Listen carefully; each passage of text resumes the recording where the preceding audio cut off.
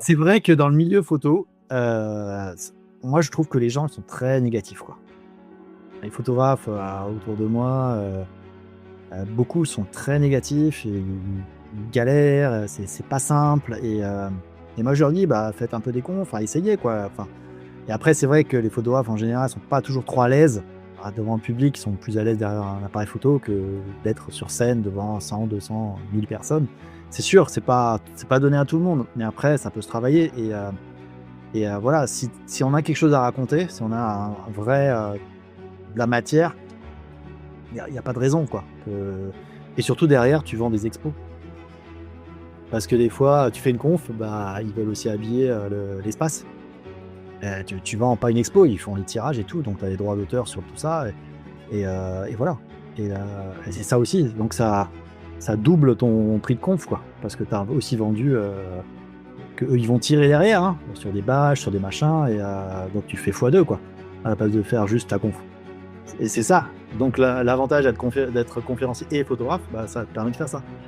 Bienvenue dans le podcast des photographes professionnels.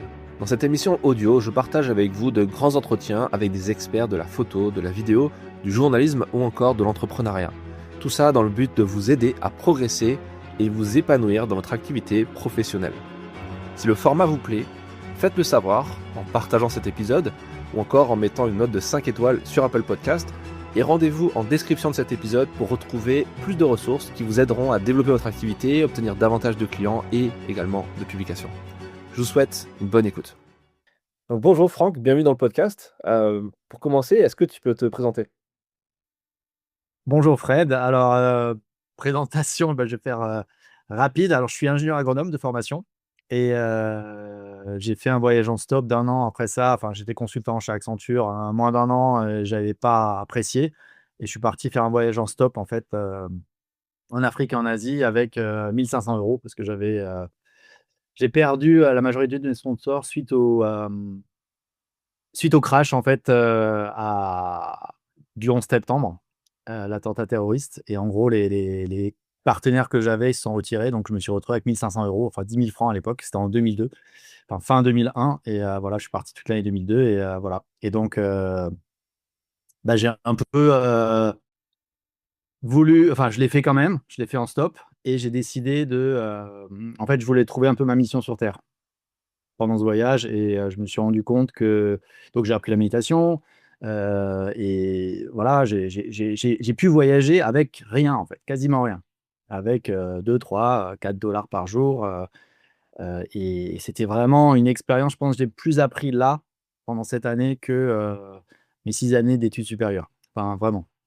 J'ai appris à me débrouiller avec rien du tout et j'ai rencontré des gens et je me suis rendu compte que les gens étaient vraiment gentils, en règle générale. Bien sûr, il y a toujours des cas extrêmes, mais la majorité des gens sont gentils et très accueillants et tout ça et ben, en ce voyage, j'ai fait, 8 000 diapos parce que c'était une passion, la photo. J'aimais bien ça et j'avais envie d'en faire, donc j'ai fait 8 000 diapos et c'était un peu le je me suis dit, «Bon, j'aime bien faire ça» et quand j'ai appris la méditation, en fait, j'ai vraiment appliqué pendant une semaine, en Birmanie, au nord de la Birmanie, dans un monastère, avec une semaine de méditation. J'ai médité 4 heures par jour avec le moine supérieur. Bon, c'était un peu violent physiquement, j'ai morflé, on va dire, mais j'ai réussi à passer le cap et à me libérer de la douleur et surtout à réussir à réussir à enfin, à trouver ce que je cherchais. En gros, quelle était ma mission? Et ma mission, au final, se résume en 4 points. Première chose, c'est de continuer à voyager. Deuxième, rencontrer les gens, de nouvelles personnes, enfin voilà. La troisième, c'était faire de la photo parce que j'aimais vraiment ça. Je me suis dit: «Franchement, j'ai envie de faire quelque chose avec ça». Et la dernière, c'était, inspirer les gens, devenir un passeur. Alors ça, par contre, à l'époque, je savais pas du tout comment m'y prendre, mais voilà, je savais que c'était ça et depuis, ben, ma vie s'est progressivement, forgée autour de ça et je continue à vivre, de la photo et en tant que passeur. Voilà. Trop bien, génial. Aujourd'hui, c'est ton métier principal, tu vis de ça à 100% de la photo? Alors, c'est pas que de la photo, c'est aussi conférencier. Conférencier et photo. Ouais. OK. C'est qui tes clients, par rapport à ça justement aux conférences? C'est des grosses boîtes, c'est des institutions, c'est Ouais, c'est des grosses boîtes. C'est, en fait, comme j'ai travaillé sur des sujets assez pointus, j'ai travaillé beaucoup sur l'eau, les guerres de l'eau pendant presque 10 ans, avec Géo, La Martinière et d'autres et hem et en fait, enfin, on m'a reconnu sur ça. Au début, je faisais des interventions, quand j'avais des expos, des choses comme ça. Quand j'ai fait le film, sur les Bishnoi, hein, c'est un peuple qui m'a fait connaître. Enfin, c'est grâce à ce peuple que j'ai pu vivre de la photo. C'est le premier gros sujet. Mais, au niveau des conférences, c'est vraiment je suis connu pour l'eau, en gros, ce qui est géopolitique, les fleuves, voilà et les Bishnoi. C'est ce peuple qui vit en harmonie avec la nature et l'environnement depuis le 15e siècle, et que j'ai fait découvrir au monde, ça a été publié pour la première fois en 2009 par le numéro spécial Les 30 ans de Géo et après ça a fait un raz-de-marée. Ça a été publié dans plus de 25, publications 25 pays. Donc, il y a eu plusieurs, des fois publications par pays et après la télé m'a appelé pour faire un film, donc j'ai fait un documentaire qui a cartonné. Beaucoup d'expos un peu dans le monde entier et je suis devenu et le peuple, quelques années plus tard, m'a nommé ambassadeur. Donc, voilà, c'est rigolo. Ils m'ont Trop bien. nommé ambassadeur d'1 million de personnes, c'est pas mal. C'est un mini pays, quoi. Incroyable, incroyable. Et voilà et donc là, aujourd'hui, donc je suis connu pour ça, et après d'autres choses aussi, mais ça, c'est le truc central et donc on m'appelle, donc j'ai plusieurs agents qui me représentent maintenant et au final, qui c'est qui m'a mis sur les pieds à l'étrier sur les confs? Parce qu'avant, comme tous les photographes, quand on faisait des présentations, devant, quand on a une expo, quand on présente un film ou n'importe, bah, souvent voilà, on fait une petite présentation, on raconte, voilà, qui sont les Bishnoi, qui blablabla et en fait, moi, j'aimais toujours faire ça, mais je savais pas forcément que j'étais bon pour ça et je savais même pas qu'il y avait un marché autour de la conf. Enfin, je connaissais pas que, je savais pas qu'il y avait des entreprises vraiment qui embauchaient, enfin qui embauchaient pas, mais qui prenaient des conférenciers pour leurs keynote, pour des séminaires, quelque chose comme ça. J'étais pas vraiment au courant et en fait, quand mon bouquin est sorti sur les fleuves, c'était en 2016. Hem, En fait, j'ai été donc il est sorti, c'était avec les 4 premiers fleuves que j'avais traités chez La Martinière et je reçois, c'était quoi? 2 semaines après la sortie, 2-3 semaines après la sortie. J'étais en plein shooting sur le pont des Arts, un truc un peu corporate, enfin voilà et je reçois un coup de fil d'un numéro masqué et il me dit: «Bon», en général, je décroche pas et là, je décroche et j'étais juste en face de l'Académie française, hein. Je reçois un coup de fil de Éric Orsena. Je dis: «Ah». Il me dit: «Bonjour, c'est Eric Orsena», je dis: Elle est où la caméra? C'est quoi ce Vince?» Enfin voilà. Moi je le connaissais de nom bien sûr, mais je l'avais jamais rencontré et bon, c'est quelqu'un de quand même très connu, très voilà et j'y croyais pas trop et il me dit: «Ben, c'est vraiment moi». Enfin, il a senti que j'étais pas trop sûr et il me dit: «Ouais, j'ai votre livre devant moi et j'adore ce que vous faites, c'est génial, j'adore vos photos, Heu, en une photo, vous pouvez raconter ce que moi je mets, 10 pages à raconter en texte, c'est génial et il me dit: «Je vais pas vous embêter longtemps», et il me demande: «Est-ce que vous êtes disponible dans 2 semaines?» 2 ou 3 semaines, je sais plus exactement combien voilà et je lui dis: «Bah, normalement oui» et il me dit: «En fait, je dois faire une intervention, à la COP 22 à Marrakech sur l'eau et les fleuves et j'adorerais qu'on la fasse ensemble. Ça vous dit?» Et voilà et en fait, je suis parti là-bas, on s'est rencontrés là-bas.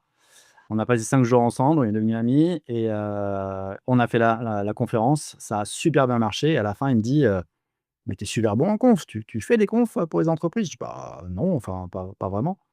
Il me dit: «Attends, en photo, c'est pas forcément évident de gagner bien sa vie, c'est compliqué, quoi» et je lui dis: «Ouais, c'est vrai, c'est pas simple, quoi» et il prend son téléphone, il appelle quelqu'un, en fait, c'est son agent, qui est aussi devenu mon agent maintenant.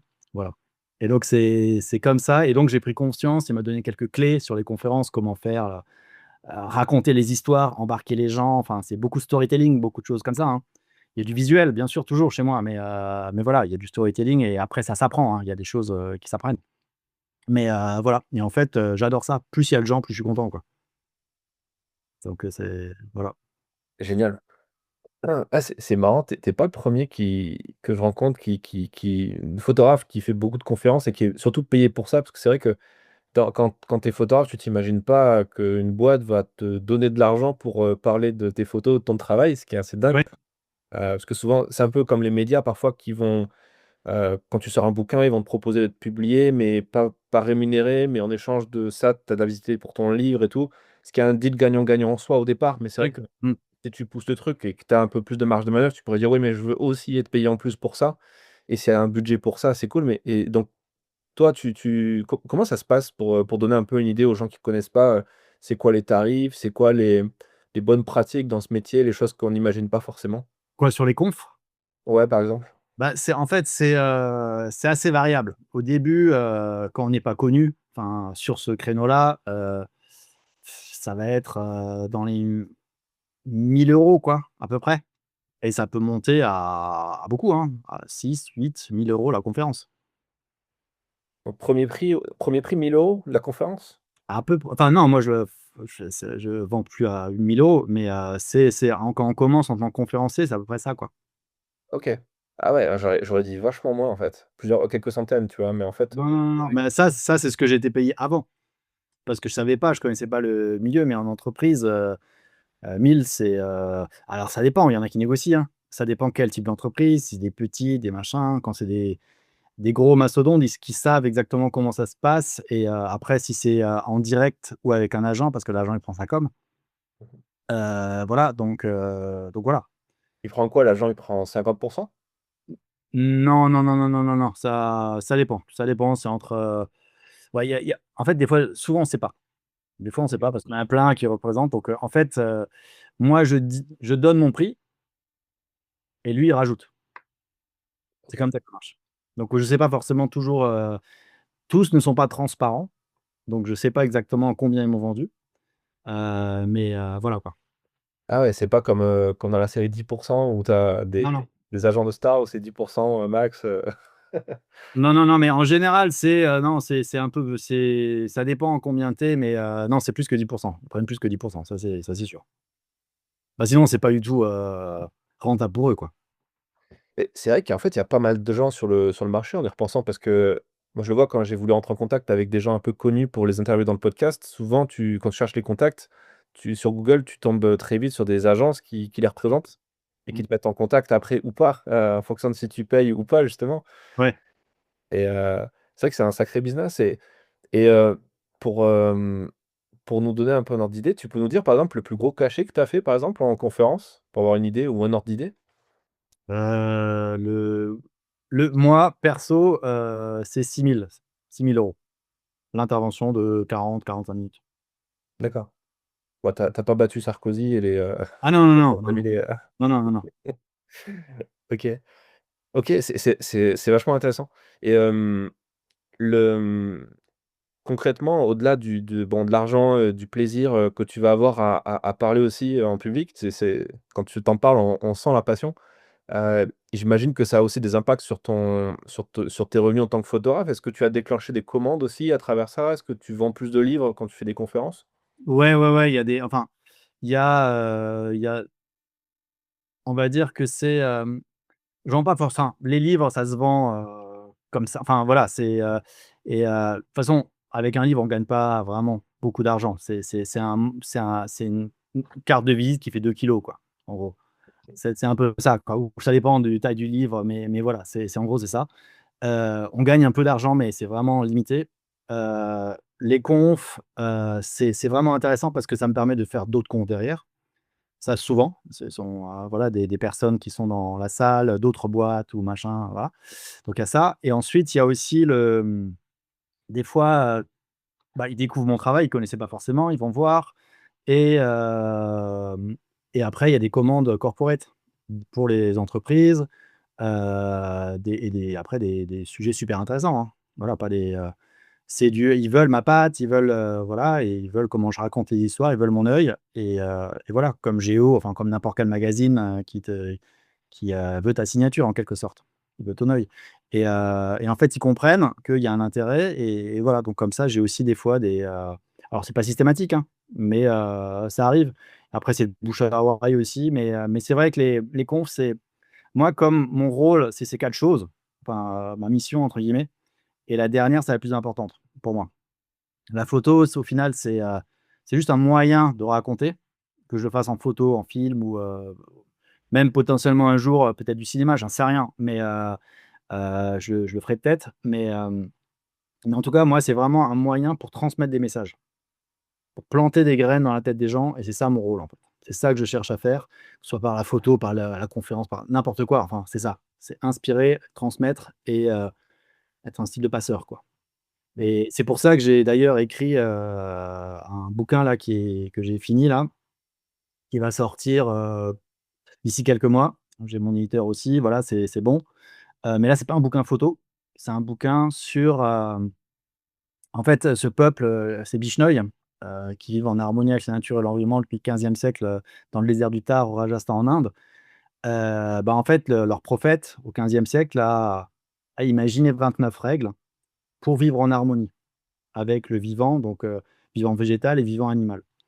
Et dans ces 29 règles, il y en a plein qui sont très, très inspirantes. Alors je vais pas les lister toutes, mais en gros, il y a, on arrête de manger de la viande, on devient végétarien, on protège les animaux pour les sauver. Ils ont créé l'écotaxe, de donner 10 de leurs ressources pour la vie sauvage. Il y a interdiction de couper des arbres dans le désert, mais en planter et partager son nom avec l'arbre. Après, il y a le respect entre personnes, le fait de bien vivre aussi. Ça, il y a des règles dédiées à ça. Donc tout ce qui est, perturbant pour le cerveau, donc tout ce qui est alcool, drogue, tout ça, c'est interdit. Et après, il y a d'autres règles aussi sur l'hygiène, des règles qu'est-ce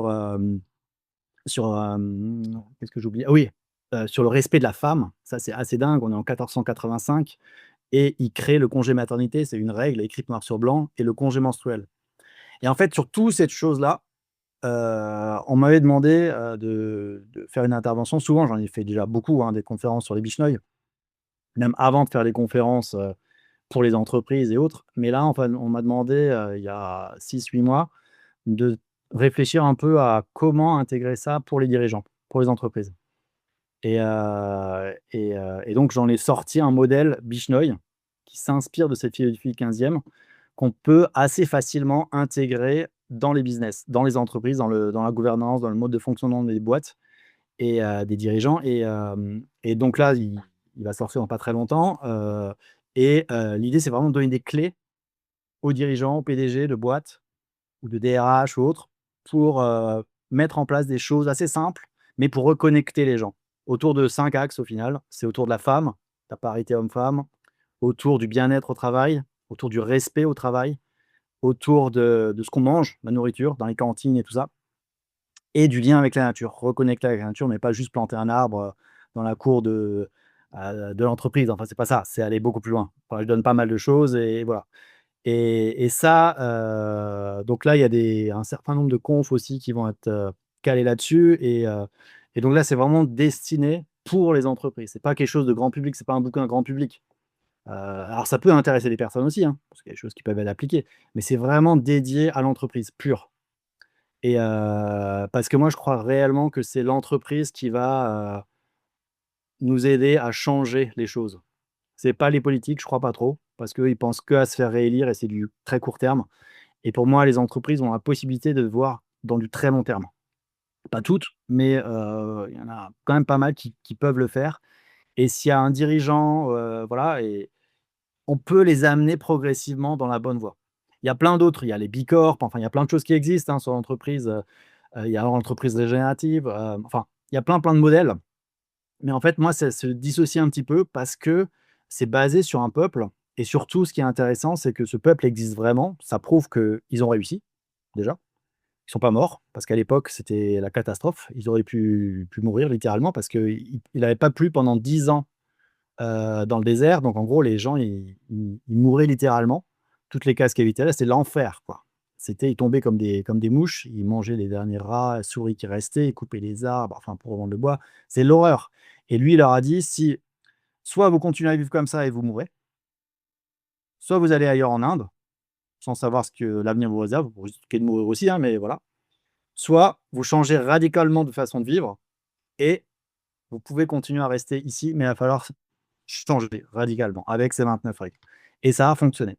En final, c'était, un peu leur Jésus à eux et c'est des gens, des disciples qui ont commencé à venir, de quelques personnes autour. Ils ont créé un premier village, et le bouche à oreille a fait que, bah, il y a des gens de toutes les castes qui sont venus, qui ont décidé de suivre le mouvement, donc des djihad, des Rajpouts, des intouchables, des musulmans, enfin vraiment de tout le monde qui habitait dans le coin, quoi, et qui sont venus et qui ont décidé de suivre le mouvement et voilà, et ça a grossi comme ça et aujourd'hui 101 000 000. Et voilà, donc c'est vraiment, intéressant et moi je pense et après potentiellement je peux même ça dépend, moi je vais mettre en place des accompagnements aussi pour les dirigeants. Alors pas seul, donc moi je fais la conf, le bouquin et après je me suis associé à plusieurs coachs pour faire des formations, des ateliers d'accompagnement pour les PDG en fait et les comex en fait, Mmh. pour vraiment les aider à voilà. Donc au final, c'est comment la photo que j'ai fait, mon travail photo amène à tout ça et moi mon idée c'est vraiment planter des graines. La photo c'est un moyen et ça permet mais voilà, il faut aller plus loin je pense. C'est ce que je fais. Ouais, bien sûr. Bah, là, en plus, tu coches toutes les cases du score ESG pour les entreprises, où justement il y a ces problématiques, qui sont très mises en avant de gouvernance, d'écologie, de Ouais. parité et cetera. C'est marrant parce que dans l'imaginaire collectif et dans le cinéma, dans la littérature, les entreprises sont quand même globalement toujours un peu les méchants de l'histoire. Tu vois, je pense par exemple aux dystopies où à chaque fois tu as des conglomérats de boîtes, qui font basculer le monde dans le mauvais sens. Tu vois, je pense à Fallout, par exemple, la nouvelle série là sur Amazon, où les méchants, c'est un peu les grosses boîtes qui sont tellement puissants, qui sont plus forts que les États eux-mêmes. Et on retrouve ça un peu avec les GAFAM, qui ont plus de puissance, plus de cash que certains pays et Mmh. qui pourraient aussi, aussi bien faire le bien que le mal. Et dans notre métier, c'est le corporate qui fait littéralement, bouffer, on va dire, les photographes, qui les fait vivre, quoi, ce travail-là. Comment tu vois cette vision, très positive au final de changement par ces entreprises, sur des points de vue, ouais, sociétaux, écologiques? Comment comment tu penses qu'on peut arriver à ce résultat-là, au final? Comment réussir à les faire changer, les Ouais. entreprises? Ou être sûr, tu vois? Être sûr que quelque part ça ira dans le bon sens parce que, tu vois, tu disais, c'est vrai que beaucoup de gens sont bons quand tu es en voyage et tout, mais l'homme quand même est très complexe et plus l'homme a du pouvoir, l'histoire a montré que plus l'homme a du pouvoir, plus il en accumule et plus il en veut et plus il devient mauvais aussi quelque part, malheureusement. Mmh. Il y a peu de contre-exemples, quoi, qui montrent l'inverse, tu vois? Même, Ouais, ouais, ouais, ouais, ici et ouais. tout, c'est quand même des gens qui sont pauvres, tu vois? Et qui se séparent. Les religions disent: «Sépare-toi de ta richesse» et ça va plus dans le bon sens. Alors ouais, c'est vrai que c'est pas évident, ça va pas être simple, mais il y a quelques entreprises qui, le font. Alors ils font pas exactement le modèle Bishnoi, mais voilà que certaines entreprises que je connais bien, qui ont vraiment mis en place des choses, bon je vais citer Botanique, notamment, un c'est des jardineries, c'est un comme Truffaut. Et c'est vraiment, ils ont mis en place un modèle qui fonctionne vraiment bien sur le bien-être au travail, le lien avec la nature et voilà. Moi, j'avais fait un travail pour eux, pour la fondation, sur la forêt, pour reconnecter. Donc ils ont mis en place pas mal de choses, des activités de replantation, d'arbres en forêt avec l'ONF, de sortie avec la LPO et tout ça et moi, j'avais fait un projet photo. Ils m'ont donné carte blanche, les 2 propriétaires m'ont dit: «Qu'est-ce que tu pourrais nous proposer?» Je leur ai proposé un projet autour de qui s'appelle «Moi la forêt». Je voulais donner la parole à la forêt, qu'elle nous raconte un peu ses joies, ses tristesses, ses liens avec les animaux, les humains et raconter tout ça en photo et après je me suis associé à Irène Frein, la romancière qui est une amie aussi et qui a donc pris la plume pour se mettre à la place de la forêt. Donc moi, j'avais déjà conçu toutes mes images et que j'ai faites sur place. J'ai passé p 1 mois et demi en forêt, pour, vraiment m'immerger, essayer de comprendre, essayer de et ça a mis un peu de temps. Au début, je me suis dit: «Je dans quoi je me suis embarqué?» parce que je me dis: «Voilà, ça va être, sympa», mais au début, c'était pas simple, quoi. J'arrivais pas trop à comment j'allais raconter l'histoire et tout ça et finalement, ça s'est super bien passé. Ça a beaucoup plu aux, aux collaborateurs, mais aussi aux clients. Ça a été exposé dans les 82 magasins en France. Ils ont fait 15 kits d'expo, et donc ça a tourné un mois par magasin et il y a eu et maintenant en plus toutes ces expos, elles ont été données, enfin à part une qui est gardée au siège, qui a été donnée à des villages ou des villes, pour leur parcours de santé, donc ils sont installés en forêt, enfin bref, c'est vraiment, vraiment chouette et en fait, c'est vraiment, la philosophie qu'ils ont, qui colle en fait et au niveau de bien-être et en fait, la DRH me disait, ils avaient un turnover avant de mettre ce programme qu'elle, elle a mis en place, hein. heu, ils avaient un turnover de 33%. Donc les gens, bah, ils partaient, voilà. Mais ça coûte de l'argent, en fait, quand les gens en partent parce qu'il faut en rembaucher. Il faut, voilà, c'est tout ça. Et en fait, après avoir mis en place ce programme, en l'espace de 2 ans, on va dire, ils sont passés à un turnover de 11%. Assez vite au final. Parce que les gens, bah, ils sont fiers d'être, bosser chez eux, ils sont contents. Heu, Bah, comme ils en parlent autour d'eux, bah, il y a des amis qui ont entendu: «Ah ouais, c'est sympa», donc quand ils ouvrent de nouveaux magasins, c'est plus simple de recruter parce que l'image est bonne, l'image est positive. Et en fait, moi, je le ramène dans le bouquin, je le développe assez, mais c'est le côté qu'est-ce que ça va apporter? C'est business, en fait. Il faut parler business avec comme ça. Si on parle pas business, si on dit: «Ouais, c'est les bichenots qui vont vous aider», que dalle. C'est pas ça. Il faut vraiment parler business et qu'est-ce que ça leur apporte? Qu'est-ce que ça leur amène en plus financièrement? Qu'est-ce que ça leur coûte en moins? Alors il y a des fois, il y a des coûts, hein, mais c'est des investissements comme tout, même en finance, n'importe. On investit, voilà, il y a toujours un moment d'investissement. Mais si après le retour sur investissement est beaucoup plus important, bah, c'est plus intéressant. Et c'est vraiment comme ça que je le présente dans le bouquin. Ce que ça va leur, enlever en coût et ce que ça va leur gagner à des choses, enfin, la comment dire? La reconnaissance du public, la notoriété, c'est pas quelque chose qui s'achète vraiment. Mmh. Pas avec l'argent qu'on va acheter ça, et alors que ça se fait automatiquement si on met en place des choses, si on diffuse une bonne image. Et donc pour moi, heu, c'est par là que ça va passer. Alors ça va être compliqué, les gros, gros groupes, ça va être très compliqué de convaincre, mais je suis persuadé qu'on peut y arriver. Je pense que les premières, ça va plutôt être des PME qui vont, mais Botanique, c'est quand même 3000 personnes, hein. C'est pas une petite entreprise, voilà. Heu, ou Cogent, typiquement, Alain Cogent qui a créé les restaurants Cogent. C'est de la fast, fast good food en gros. C'est vraiment des très bons, c'est de la très, très, très qualitatif et voilà. Et lui, il est très là-dessus, quoi. Il est très sur le bien-être au travail, la gentillesse au travail, enfin voilà, et ça marche, quoi. Ça marche super bien. Donc voilà, j'ai plusieurs modèles comme ça que je connais, et j'ai des personnes qui sont un peu experts dans le domaine, qui me suivent aussi et qui vont pousser. Donc voilà, je ne sais pas si je vais y arriver, mais si j'arrive à en convertir, je sais pas, la première année, 2, 1 ou 2 nouvelles, bah, je serais déjà super content, quoi. Même j'aurais peut-être fait plus de confs, mais en conversion derrière, c'est déjà ça. Je fais un peu mon colibri, c'est vrai, mais après, il faut commencer quelque part, quoi. Et je suis pas sûr d'y arriver, mais c'est une mission que je me suis fixée, quoi. Je me suis dit: «Je vais essayer». Voilà.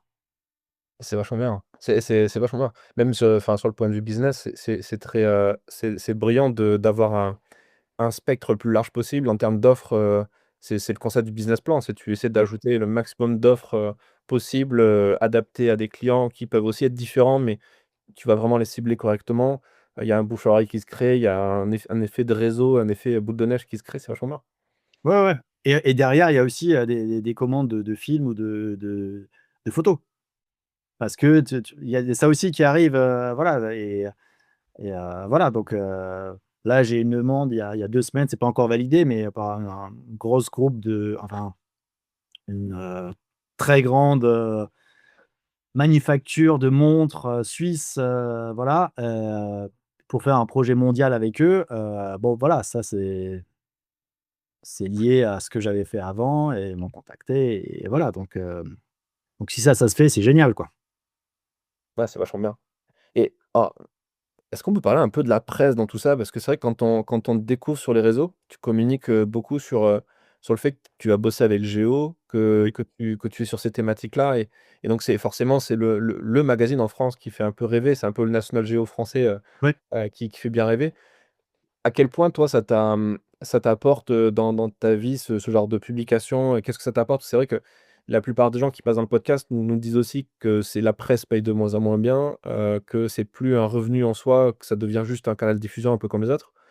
Heu, J'imagine qu'en t'écoutant que ça doit être une partie, assez minime au final de ton chiffre d'affaires peut-être annuel. Oui, Mais il y a pas que l'argent dans la vie, il y a aussi le plaisir et puis il y a aussi la oui. visibilité. Toi, ça t'apporte quoi ça?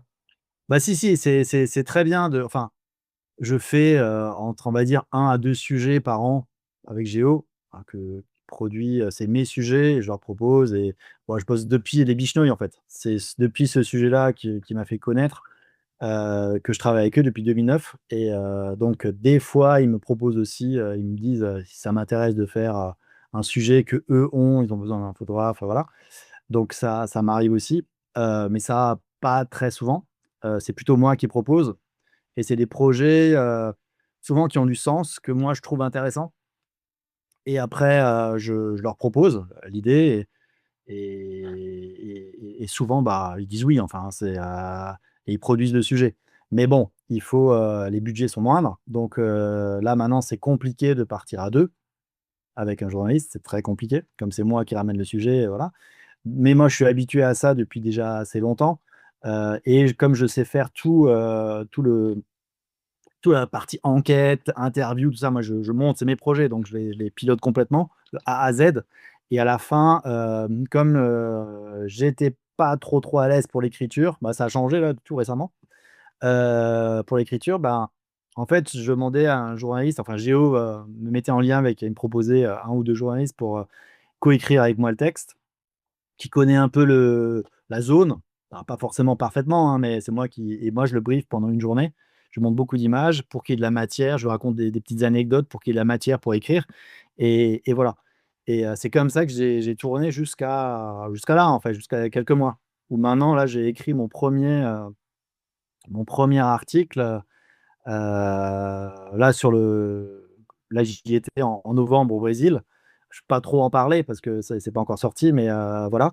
Là, c'est la première fois que j'ai écrit, intégralement l'article et en plus, ils sont contents et c'est ça qui m'a motivé, à écrire le bouquin. En gros, une fois que j'ai écrit en 3 jours l'article pour Géo, pour les 20 pages de l'article et je me dis: «Punaise» et ils m'ont dit que c'est vachement bien et je dis: «Ah bah cool». Parce que bon, il y a eu un petit bug, enfin un petit problème et donc finalement, j'ai dû l'écrire et ils ont aimé et heu et voilà et je me dis: «Ah bah, je suis pas si nul que ça pour l'écriture alors, finalement». Et 2 jours après, je me dis: «Bon allez, le bouquin que j'avais en tête là, depuis, quand même un certain temps, quelques mois, bah, je vais l'écrire» et je l'ai écrit en un mois Trop bien. et voilà et en fait, c'est juste, parce que j'avais le syndrome de l'imposteur sur l'écriture. Je me sentais jamais, tous les bouquins que j'ai faits, c'était, avec de la coécriture, en fait. C'était, toujours des certains plus ou moins connus, des journalistes, mais voilà, c'est, toujours en coécriture. C'était moi qui avais le truc, mais c'était toujours avec l'aide d'eux ou écrit voilà, et moi, ça me posait aucun problème. Même en signature sur Géo, c'est Franck Vogel avec ou même des fois le journaliste en premier et moi avec Franck Vogel. Moi, à la rigueur, ça me pose pas de problème, en fait, pour le texte. Ça m'a jamais posé de problème et là, je me dis: «En fait, je peux le faire. Je suis capable de le faire aussi, quoi». C'est pas si dur que ça, mais juste parce que j'avais peur, en fait. Je me sentais pas à la hauteur, c'est tout. Ouais, souvent c'est ça, hein, on parle du syndrome de l'imposteur, mais beaucoup de gens ont besoin d'expérimenter ce moment où, ils arrivent à faire le truc. Un peu comme la première fois où tu vends, ta première photo à un magazine, bah, tu te rends compte que c'est possible et Ouais. tu commences à avoir confiance en toi. C'est marrant, dans mon agence, dans le collectif DR, il y a plusieurs photographes comme ça qu'on diffuse et qui ont certains, tu vois, il y en a un il y a pas longtemps, je pense à lui, il est parti en Ukraine pour faire son premier documentaire. Bah, pour lui, c'était 2 premières d'un coup, partir sur un territoire en guerre et en plus faire de la vidéo et faire un documentaire et il s'est bien débrouillé parce que maintenant il arrive à le vendre enfin, il arrive à le proposer pour des diffusions dans des cinémas et cetera, donc c'est vachement bien. Mmh Mais mh. il y a besoin que tu expérimentes à chaque fois ce petit truc pour voir que c'est possible, pour que la vie t'explique, «Regarde, en fait, tu peux faire les choses» Mmh. et pas forcément se reposer sur d'autres gens. Après, c'est super bien de bosser avec des gens, de faire des projets collaboratifs. Mais parfois, c'est vrai que, c'est bien de maîtriser son sujet de A à Z et tu en es la preuve que quand tu maîtrises ton sujet en plus les rédacs sont contentes, ça fait moins de billets d'avion à acheter, Ah ouais, bah ouais. à dépenser et ouais, c'est vrai que c'est intéressant.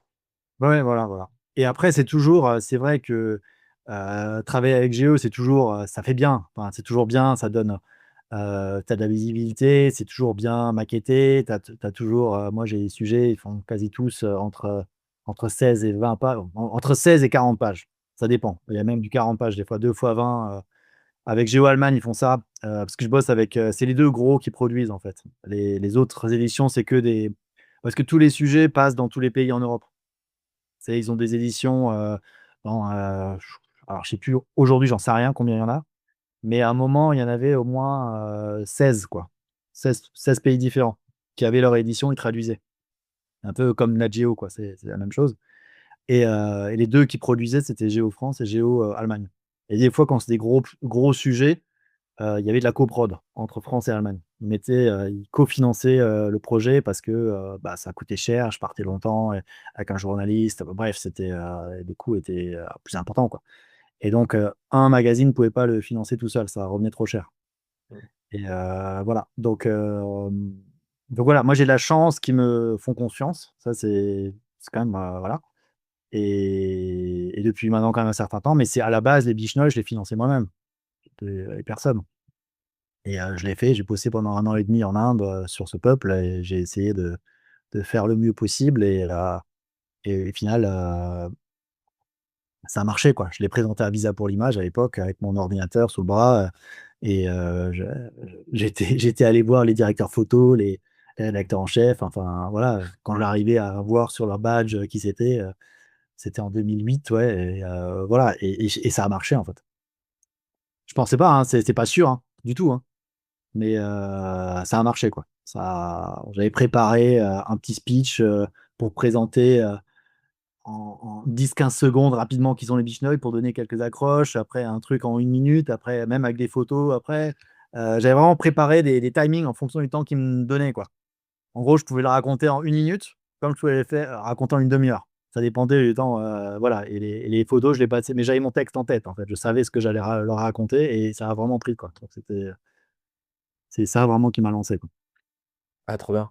Bah, c'est vrai que Visa pour l'image, c'est quand même le meilleur moment si tu veux rencontrer tous les rédac chefs photo, ils sont là, de Ouais. tous les pays, qui comptent, enfin en tout cas qui diffusent des trucs et tu peux avoir accès à des lectures de portfolio. Alors, pour ceux qui nous écoutent, c'est vrai qu'un petit conseil comme ça, vous pouvez, quelques mois en amont, faire des demandes, pour rencontrer des picture editors, donc des éditeurs photos, et après on vous attribue des rendez-vous, 5 ou 6, et vous avez un quart d'heure, 20 minutes pour parler avec cette personne et proposer, vendre votre sujet et puis après vous pouvez avoir aussi les lectures de l'ANI, l'Association nationale des iconographes, qui propose ce genre de lecture aussi avec des iconos essentiellement français et francophones, et parfois ça peut être des grands news magazines ou des iconos indépendants qui peuvent ensuite proposer les sujets ailleurs et c'est vrai que toi, comment tu as appris ce boulot quelque part de commercial? Alors je sais que c'est le mot va me faire pleurer beaucoup de photographes qui nous écoutent, mais malheureusement, enfin, tu l'as bien dit, c'est un boulot de commercial. Tu sors l'ordi et puis tu dois pitcher en 1 minute ton sujet et pour essayer de le vendre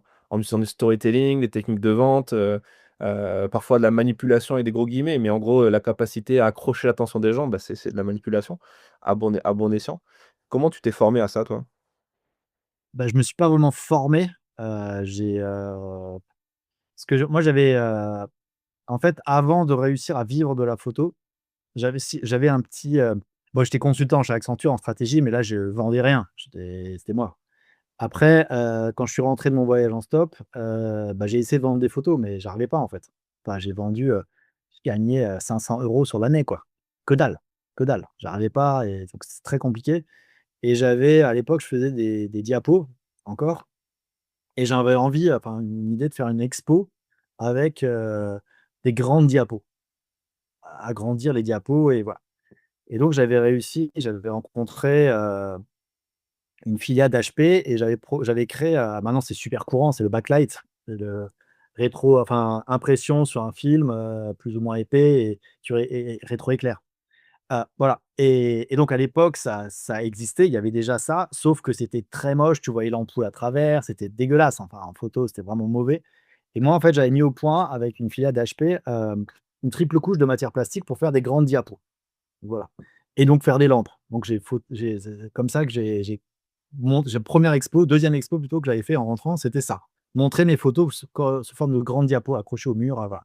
Donc c'est moi qui ai assemblé, j'avais trouvé un fabricant d'abat-jour et tout, j'ai fait moi-même mes designs, moi-même et après on les a mis dessus et en fait le rendu était vraiment bon, quoi. Avec une simple ampoule, je pouvais éclairer un 30-45 homogènement et on voit pas l'ampoule. Super cool. Et en fait, assez rapidement après, il y a enfin, moi j'essaie de vendre, enfin j'essaie d'expliquer, dans les boutiques de design un peu, bah, dans le Marais, j'étais allé voir et tout pour leur présenter et bon, ça j'ai fait quelques collections, mais ça marchait pas tant que ça parce que le positionnement prix était un peu compliqué. Mais donc je commençais déjà à apprendre un petit peu vendre, quoi. C'est comme ça que j'ai appris en essayant de vendre mes petites lampes là, lampes photo et en fait, le problème c'est que comme je suis pas un bon commercial, quand j'essaie de démarcher, en gros, quand 2 ou 3 de suite, à l'époque c'était le téléphone, voilà, bah, m'envoyaient bouler parce qu'ils comprenaient pas. Parce que moi je voulais des rendez-vous, enfin voilà bah, si j'en avais deux trois de suite comme ça, j'étais foutu pour la journée, quoi. Elle m'avait cramé mon capital, voilà, fallait que j'attende un ou 2 jours pour pouvoir oser de nouveau rappeler parce que c'est pas évident, hein, c'est voilà et à un moment, ça a marché avec, c'était Potel& et Chabot, le traiteur de luxe, à Paris, qui a compris, un des gars au téléphone, il dit: «Ah, il faut qu'on se voit rapidement, on a un gros événement avec, nos meilleurs clients au pavillon d'Armenonville, dans le bois de Boulogne, tout ça, c'est un style de château, voilà, où ils invitent, leurs meilleurs clients et il me dit: «Ça serait cool est-ce que vous pourrez ramener une lampe et nous montrer, il y aura tous les directeurs qui seront là» et voilà. Donc moi, je me viens avec mon carton, avec ma lampe et je montre et je leur explique et il me dit: «Bah, c'est super franchement, est-ce que vous pourrez nous faire des lampes encore plus grandes que ça, à accrocher dans l'espace et tout?» Alors il s'était pas trop intéressé par mes photos, mais parce qu'ils avaient fait une campagne, avec un photographe culinaire, voilà, donc ils voulaient plutôt des choses de matière culinaire qui m'ont filé en très très bonne qualité, que moi j'ai imprimé et que j'ai donc, transformé en lampe à suspension, enfin, des totems, des voilà et en fait, donc j'ai commencé à rentrer un peu dans le truc de vente parce que je devais apprendre, voilà et progressivement, ça a marché avec eux et 2-3 jours après l'événement, je reçois un coup de fil de Moët et Chandon, la directrice de grands événements de Moët, qui me dit, «J'ai vu vos lampes, c'est super, on a un événement à Londres, est-ce qu'on pourrait se voir rapidement?» Voilà et hop et après c'est parti, mais c'est comme ça que j'ai financé mes sujets photos après, parce qu'en fait, j'avais un contrat par an à peu près, un à 2. C'est pas je gagnais pas forcément beaucoup d'argent, c'est pas ça, mais je travaillais 3 mois par an et ça me permettait de vivre 3-4 mois par an et ça me permettait de vivre, sur l'année. Voilà et j'utilisais pas beaucoup, j'avais pas besoin de beaucoup d'argent non plus donc et après je faisais des sujets, j'ai essayé de faire des sujets et produire des sujets et c'est comme ça que j'ai produit les Bishnoi, quoi, Mmh. notamment. Et donc la vente, le les techniques un peu, c'est un peu là que j'ai appris. Je me suis formé, mais tout seul, quoi. J'avais pas vraiment de formation de vente, moi je suis ingénieur agronome, j'avais fait une spécialisation économie et gestion d'entreprise, donc je savais ça, mais la vente, c'est encore autre chose, quoi. C'est pas, c'est vraiment un truc spécifique, quoi. Ça, je me suis rendu compte et au début, je me dis: «Putain, je suis mauvais, quoi». Parce que, je dépérissais au bout de deux trois personnes qui me disaient non au téléphone, quoi. J'arrivais plus, quoi et heureusement que ça a marché quand même et que ça a réussi à débloquer un peu, mais c'est vrai, moi, je comprends les personnes, hein, qui ont c'est pas évident d'aller vers les autres. Surtout pour se vendre soi et en photo, il faut se vendre. Si on se vend pas, on est mort, quoi. C'est clair. Il faut pas compter sur les agences pour vendre trop, enfin, ils vont vendre un petit peu, mais c'est pas ça qui va faire que. Il faut soi-même aussi être capable. Si on n'est pas capable de ça, c'est dur, quoi. Bah, surtout que tu peux pas déléguer ça vraiment, en fait, il y a beaucoup de photographes, leur point bloquant souvent c'est ça, c'est quand je pose des questions, autour de moi, les gens ils me disent: «Ouais, ça marche pas parce que j'ai pas d'agent».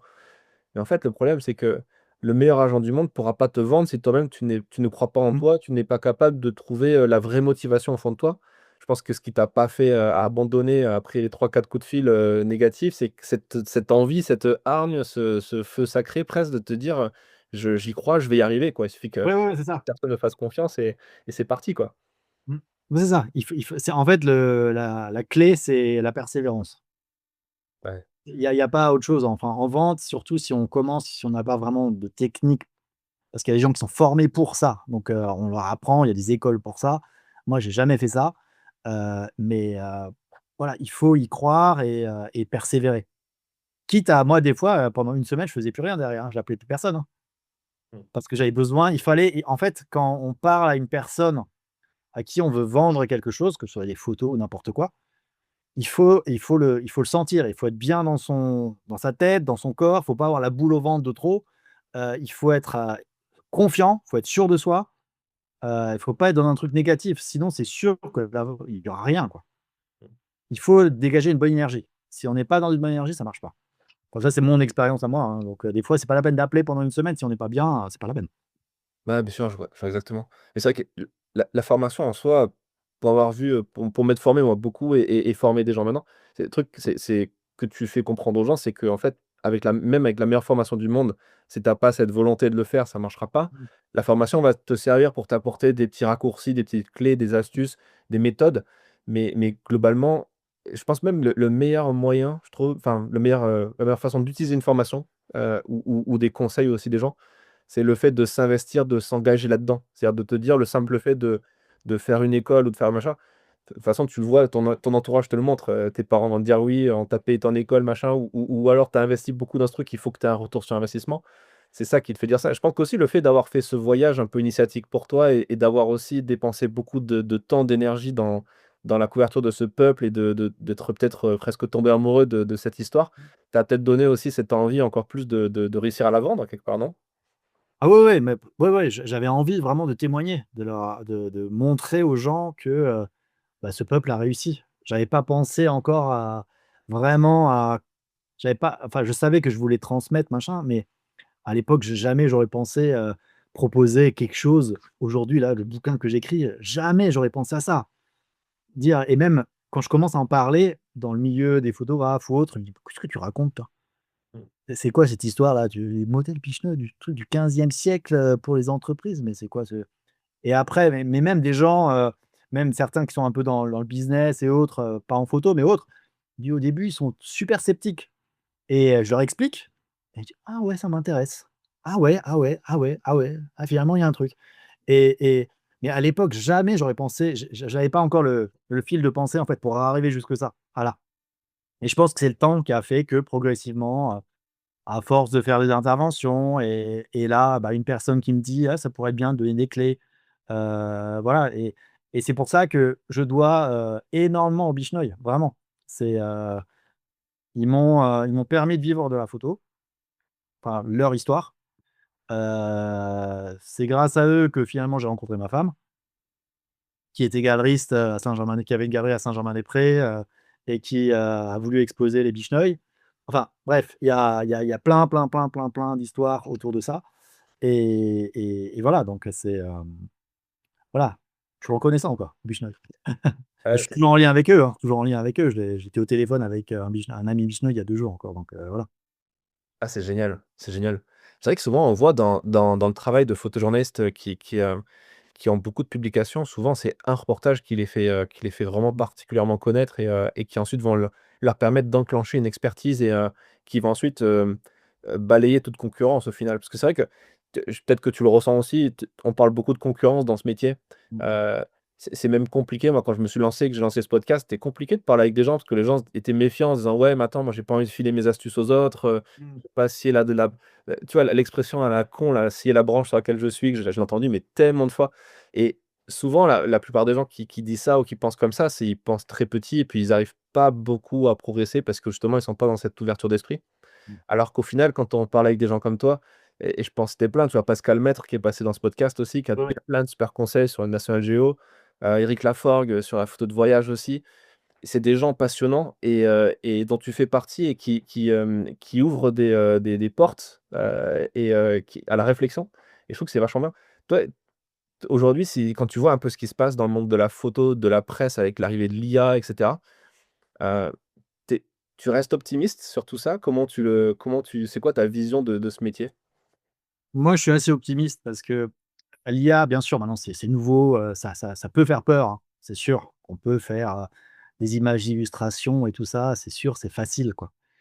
Il y au en fait, je pense qu'il y aura un nivellement par le haut. Il y a, les photos standards basiques, de petites fleurs, de petits trucs comme ça, bah, ça, il y a plus besoin, en fait. Ils vont jamais chez enfin les entreprises ou même des voilà, ils auront plus besoin d'un photographe pour faire ça. Donc ils vont prendre des personnes qui sont capables de ramener quelque chose de plus. Leur vision, leur œil, voilà. Même si avec l'IA on peut faire plein de choses, mais à un moment, voilà, le côté éthique, il y a des entreprises quand même qui veulent être éthiques. Pour des choses, quand ils vont faire une expo, bah, sur leurs sous-traitants, sur leur machin, bah, il faut y aller quand même. Il faut, ou un sujet sur un peuple, je sais pas quoi, enfin voilà. Si tu crées tout par IA, À un moment ou un autre, ça va finir par se savoir et c'est sûr, hein. Tu pas été sur place, tu pas enfin, si c'est des trucs vraiment sérieux, tu peux pas, en fait. Tu vas le faire une fois, après tu grillé, tu mort. Mmh. Et même si tu rajoutes une image en plus que tu as créée en IA parce que tu pas réussi à la faire, bah, tu vas être vite grillé. Enfin, dès que ça va se savoir, tu es foutu, quoi. Donc il faut garder son éthique. Moi, j'ai jamais, comment dire? J'ai toujours bossé en RAW et en plus, je suis obligé, hein. Chez Nat Geo, chez Géo, ils veulent voir les RAW, ils veulent voir les RAW, quoi. Pas systématiquement, s'ils te connaissent bien, machin, ils vont pas tout le temps. Mais certaines images qui jugent: «Ah ouais, elle est vraiment super» et voilà. Il y a certains qui vont demander, mais ça tu le sais pas. C'est tu vas, ils vont dire, «Ah ouais, il me faudrait les RAW» et donc c'est parce que quelqu'un, pas forcément du service photo, a demandé parce que la photo est peut-être un peu trop belle, un peu trop machin. Ils veulent voir et là, si tu as pas ta RAW, si tu as pas ton truc, bah, tu es foutu. Donc c'est pour ça que moi l'IA, ça me fait pas plus peur que ça. Heu, i et c'est sûr qu'il y a un certain nombre de photographes ben, très basiques, qui vont faire des photos de paysages basiques, sans vraiment histoire. Ça risque, ouais, ils vont être impactés, ça c'est sûr. Il y a pas de jugement, hein, mais c'est juste, l'IA peut faire ça, bien et surtout les personnes, qui vont diffuser ce type d'image, c'est vraiment de l'illustration et en plus aujourd'hui, c'est ce type d'image, c'est vendu que dalle en plus. Sur les banques d'images, ça vaut 2, 3, 4 €, 5 €, enfin c'est que dalle quoi. Il y a un photographe, qui se base sur ça, c'est mort quoi. Faut pas se baser sur ça. Faut viser au-dessus et quitte à se défoncer un peu plus, à se voilà, mais il faut pas viser juste faire des beaux paysages. Ça va il y a pas d'avenir en fait pour ça, parce qu'il y a l'IA maintenant. Ça c'est sûr, il y a pas d'avenir. C'est ce que moi je pense. Voilà. Ouais, c'est vrai que l'IA est en train de rebattre les cartes, est en train de changer les modèles économiques au final parce que on en parlait avec une photographe qui s'appelle Béatrice Preuve, qui est une photographe qui fait du stock essentiellement, qui fait que ça et qui arrive à en vivre parce qu'elle a un gros volume et une Mmh. vraie Mmh. expertise depuis 10 15 ans sur ça. Mmh. Et l'autre jour, on en discutait un peu, elle me disait, c'est amusant parce qu'avant ce qui marchait le plus, ce qui rémunérait le plus sur les stocks, c'était les photos pour le commercial. Tu vois, tu as 2 styles de photos, tu as commercial, éditorial. Quand Mmh. tu vas sur les stocks, genre Shutterstock et cetera et les photos commerciales, pour usage commercial, elles sont très difficiles à faire valider par les stocks parce qu'il faut pas qu'il y ait de gens reconnaissables sur les images à cause des droits à l'image. Il faut pas qu'il y ait de marque, il faut pas qu'il y ait de logo et cetera et l'éditorial, au contraire, tu peux faire passer un peu ce que tu veux parce que ça va être pour les journaux. Et elle me disait: «C'est marrant parce qu'en fait, l'IA est en train de faire exactement l'inverse, c'est-à-dire les photos commerciales, elles marchent moins bien parce que les boîtes les fabriquent eux-mêmes ou font Mmh. bosser des agences de com». Ça aussi, on ne le voit pas, mais il y a beaucoup d'agences qui sont créées pour faire de l'IA et elles, elles récupèrent de l'argent. Ça fait vivre Ouais. des gens et d'ailleurs des photographes, hein, moi j'étais étonné d'ailleurs, en faisant un peu cette étude de marché, je vois de plus en plus de photographes qui me disent: «Bah, moi j'ai arrêté la photo, je fais que de l'IA» et ils gagnent leur vie grâce à ça et tu vois, c'est une autre façon de gagner sa vie, quoi. Un peu comme il y a les retoucheurs Photoshop qui gagnent leur vie comme ça, enfin et du coup, l'éditorial redevient, mieux payé parce que, ben, tu peux pas tricher, les bicheneuils, tu peux pas les inventer, quoi. Enfin, Ah. tu es obligé d'aller sur place, faire du lien avec les gens, le tu vois, c'est comme la photo de guerre, je pense le jour où les lecteurs, auront envie de voir de la photo IA pour illustrer des faits d'actualité comme du reportage de guerre, ça craindra, quoi, vraiment, je pense. Mmh. Peut-être que ça arrivera un jour, hein, dans un monde dystopique, mais c'est vrai que comme tu dis, ça va peut-être, rebattre les cartes et enfin en tout cas, rehausser le niveau. C'est vachement bien comme analyse, ouais. Ouais, moi je pense, que ça va plutôt, tirer vers le haut. Ouais, je pense. Trop cool. Voilà. Ouais, c'est génial. J'adore parler avec des gens qui ont une vision positive des choses, c'est, c'est Bah, trop bien. c'est vrai que dans le milieu photo, moi je trouve que les gens ils sont très négatifs, quoi. Les photographes, autour de moi, beaucoup sont très négatifs et ils galèrent, c'est pas simple et moi je leur dis: «Bah, faites un peu des confs, enfin essayez quoi». Enfin et après c'est vrai que les photographes en général sont pas toujours trop à l'aise, devant le public, ils sont plus à l'aise derrière un appareil photo que d'être sur scène devant 100, 200, 1000 personnes. C'est sûr, c'est pas donné à tout le monde, mais après ça peut se travailler et voilà, si on a quelque chose à raconter, si on a un vrai, de la matière, il y a pas de raison quoi que et surtout derrière tu vends des expos. Parce que des fois, tu fais une conf, bah, ils veulent aussi habiller, l'espace.